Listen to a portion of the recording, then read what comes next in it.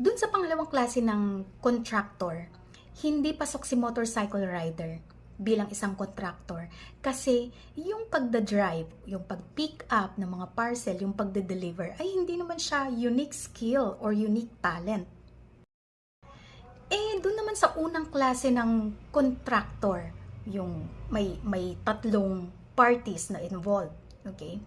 Si rider, si agency, at saka si online shopping app.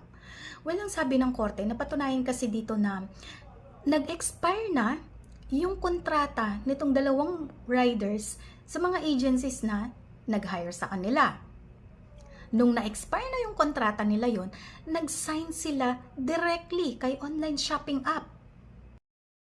So, ibig sabihin, hindi trilateral o hindi tatlong partido yung involved dito. So, hindi rin applicable sa kanila yung unang klase ng contractor. So, kung hindi sila pasok dun sa dalawang klase ng contractors, ano sila ngayon? Empleyado, syempre.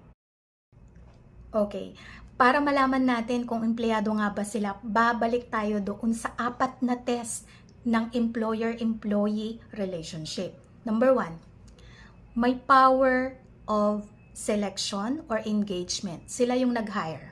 Okay.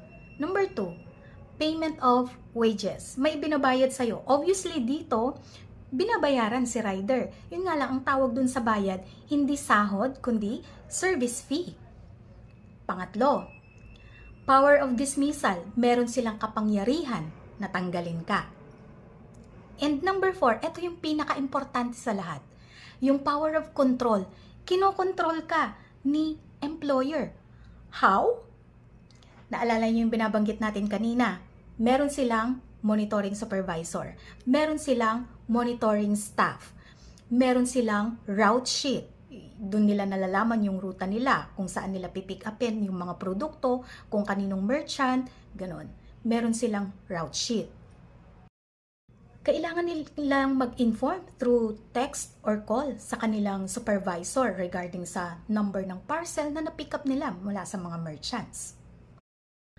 Ang lahat ng to, obviously, ay form of control ni employer sa mga motorcycle riders.